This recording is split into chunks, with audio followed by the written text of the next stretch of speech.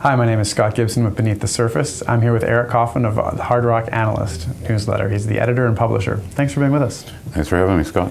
Now, we've talked in the past about gold in the markets and what's going on and really the implications going forward for the various stocks, including the juniors. And that's kind of the broad brush stroke of what I'd like to cover today. Okay. Let's start with the overall markets, how they've been doing so well so far. What's your take right now and your expectations going forward? I think the major markets, New York, let's deal with New York. I mean, so far with this year, there's been such a huge dichotomy with emerging markets and everything. We'll say markets means New York for simplicity. The S&P's has such a big run that I mean, personally, I would like to see it kind of back off a little bit.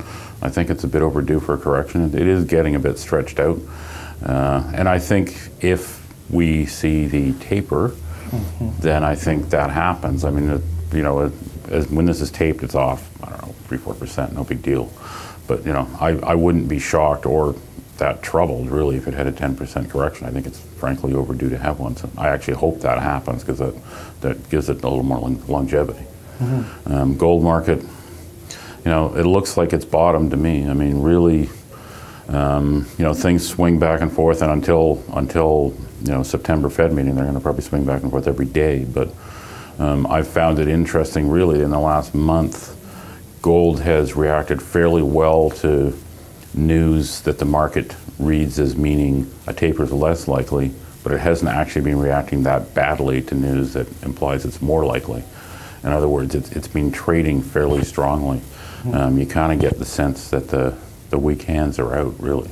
Do you see the potential for a pullback back to the lows again, or to some degree on gold? I'm pretty skeptical it's going to go back to the lows, but I do think you have to assume that there is a percentage of the people buying in the last 2 months who are assuming that the Fed's not going to taper anytime soon. So if they do taper, and I think until they say otherwise, you got to assume they're going to do what they said, which is September.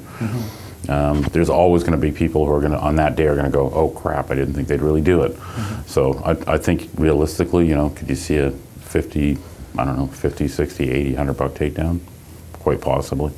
But it may not keep falling apart. I do think some of that is priced in. When I look at bond yields, when I look at how much the 10-year yield's gone up, with gold moving right with it, I mean, that tells me that at least some of this, just based on the way the bond market's trading, and that is far and away the bigger market, and on paper it's the smarter market, they're pricing it in. So not 100%, but they're certainly pricing in, say, 60, 70% probability. I'm working on the assumption the gold market's doing that too, so that it's not going to be like, oh God, it goes back to $800. And that's shorter term on the gold market. What about medium term, looking out 6-12 months? I think once, I think gold is, gold gets bought for a lot of different reasons. The big buyers are, at the end of the day, I mean, I don't get into this whole argument about paper market, physical market, blah, blah, blah. But I do think at the end of the day, in order for the gold price to go up, the physical market, wherever it may be, has to soak up that selling. I think that's what it's done the last 6 months, and it's been China and India really is where the buying's come from. And for both of those societies, it's a wealth store and it's security. And again, as the day that this interview was taped, gold hit the highest price it's ever hit in rupees. Like, that's the all-time record is today.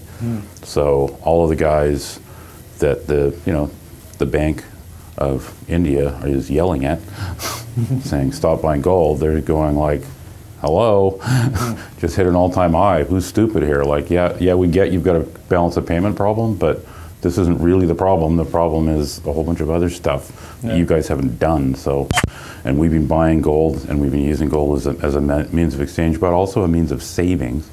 And the same is true in China. I mean, I don't see that demand disappearing that quickly. I mean, I think as long as those economies grow, I think you keep seeing that demand show up. I don't see a massive amount of supply coming on side. There'll be maybe some supply growth, but not much. I mean, this drop from 1900 to 1200 and the ensuing wipeout on the financial side when it comes to money raising, there's a huge number of mines that were in the pipeline, and that in a lot of analyst reports you'll still see in the pipeline, you're not going to see those mines. They're not showing up 2 years, 3 years, 5 years from now. they're off the table. And in regards to the gold price, what kind of range do you really see sort of on the downside if this taper comes in and a short-term upside? I mean, right now we're at 1,400. I mean, the taper starts, I wouldn't be shocked if it went back to like 1,300, but I do think a lot of the people that were selling because of that have sold. I think if we have a decent economy and we've got decent growth both on this side of the Pacific and the other, you know, I think you can see it rebuild itself back up to 1,400, 1,500.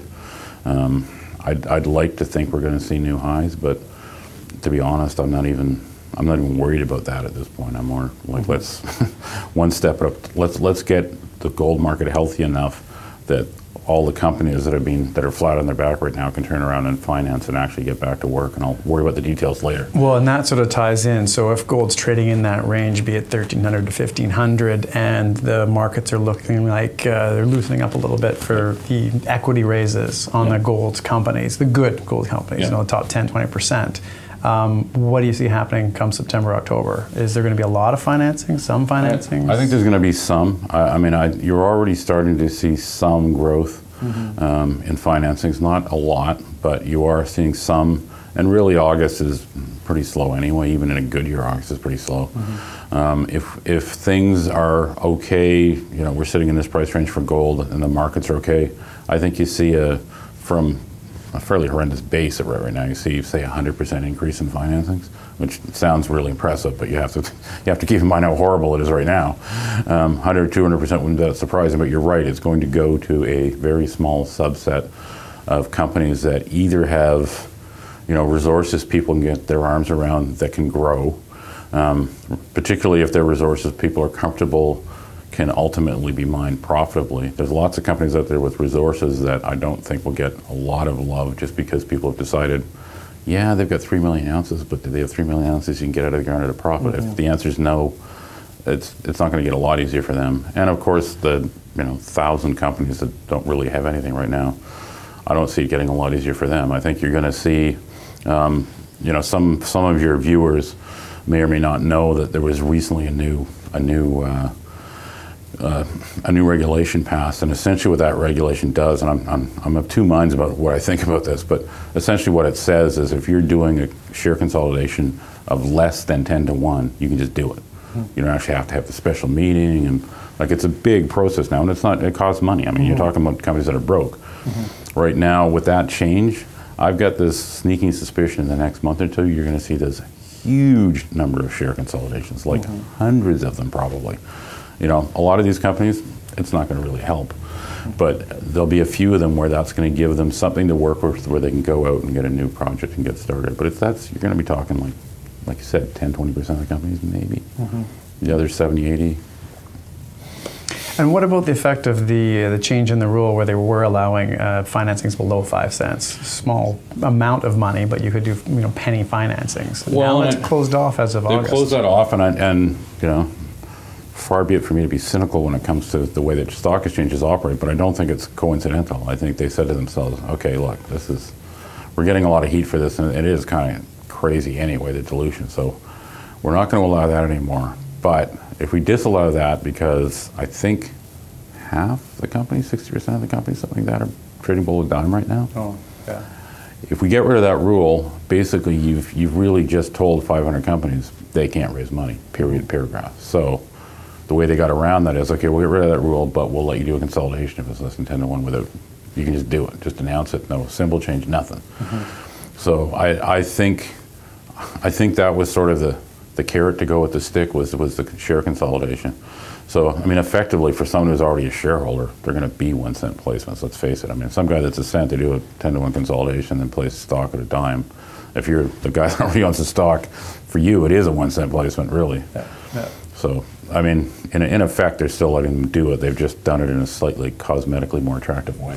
And where do you see the opportunity in September, October here this year? Do you see it with those companies post-rollback? Do you see it with some of those select financings that are going to be coming available? Or do you see it with those companies that have already done strong financings, have limited dilution, and sort of have the assets to move forward, and the management teams to move forward? I would say the third, the guys that have the assets and the management. I mean, it's been, the massacre has been pretty broad and pretty deep. I mean, very good companies with good projects, good management are off 80%. They're going to have to raise money too. I mean, those will be good finance to get into. Groups like that have had successes, and there are several of them around where there simply just wasn't, they saw no point, basically. They knew the stock was going to get cheaper, they knew projects were going to get cheaper, they just said, we're just going to wait for a while. We'll look around, if we see something we like, we'll wait until there's a lot of pain on the other side, and then we'll sit down and negotiate. So I'm hoping you're going to start seeing more agreements on projects where, strong groups have waited and waited and waited the other side out, I think you're starting to get the sense now where these companies are saying, we have to start pulling the trigger on this stuff. So I think you'll see more of that. And the other group that's still out there, I mean, there's still a few of them on my list. There are guys that have projects that got enough attention and good management groups where they raised money and the project is didn't really work out.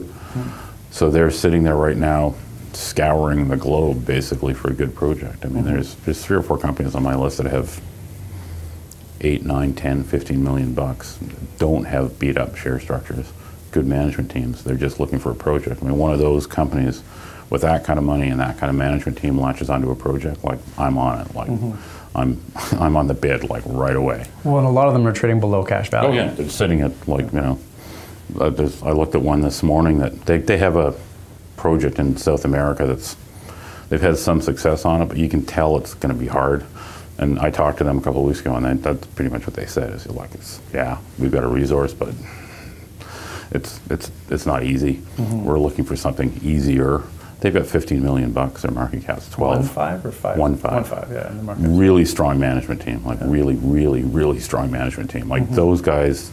I mean, this is 2 or 3 geologists that have found stuff and sold it to majors for several $100 million a couple of times. Those guys pick up a property and say, you know what, we think this could be a mine.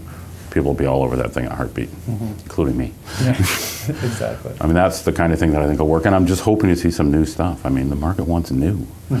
I want new. I mean, it's like, God, don't show me a property that's being drilled 28 times. Like, yes, it's all very nice. Yes, there's a highway through it and a power line, and there's a hotel in the corner of it, and you can get a drink 50 feet from the drill, but it's been drilled 29 times. Like, okay, yeah, there's 50 meters in between the drill holes where you might hit something. Show me something, big, wide open, sexy in a place that's not impossible to deal with. The market loves that right now. Very few people are drilling new targets, but you look at companies that are getting success on anything new, they're getting a lot of love very fast. Is there some companies you want to mention that are specifically like that, or some of the other categories that you mentioned? Well, I mean, one that's had its ups and downs. I mean, Colorado, that's a company I was following before they made a discovery, and that's a perfect example. I mean, they got a lot of love from one drill hole in a really horrible market. 3 reasons. 1, it was new. 2, it was a very strong management group technically. 3, they had money, so people that knew the company said they don't have to raise money. Like they can just keep going.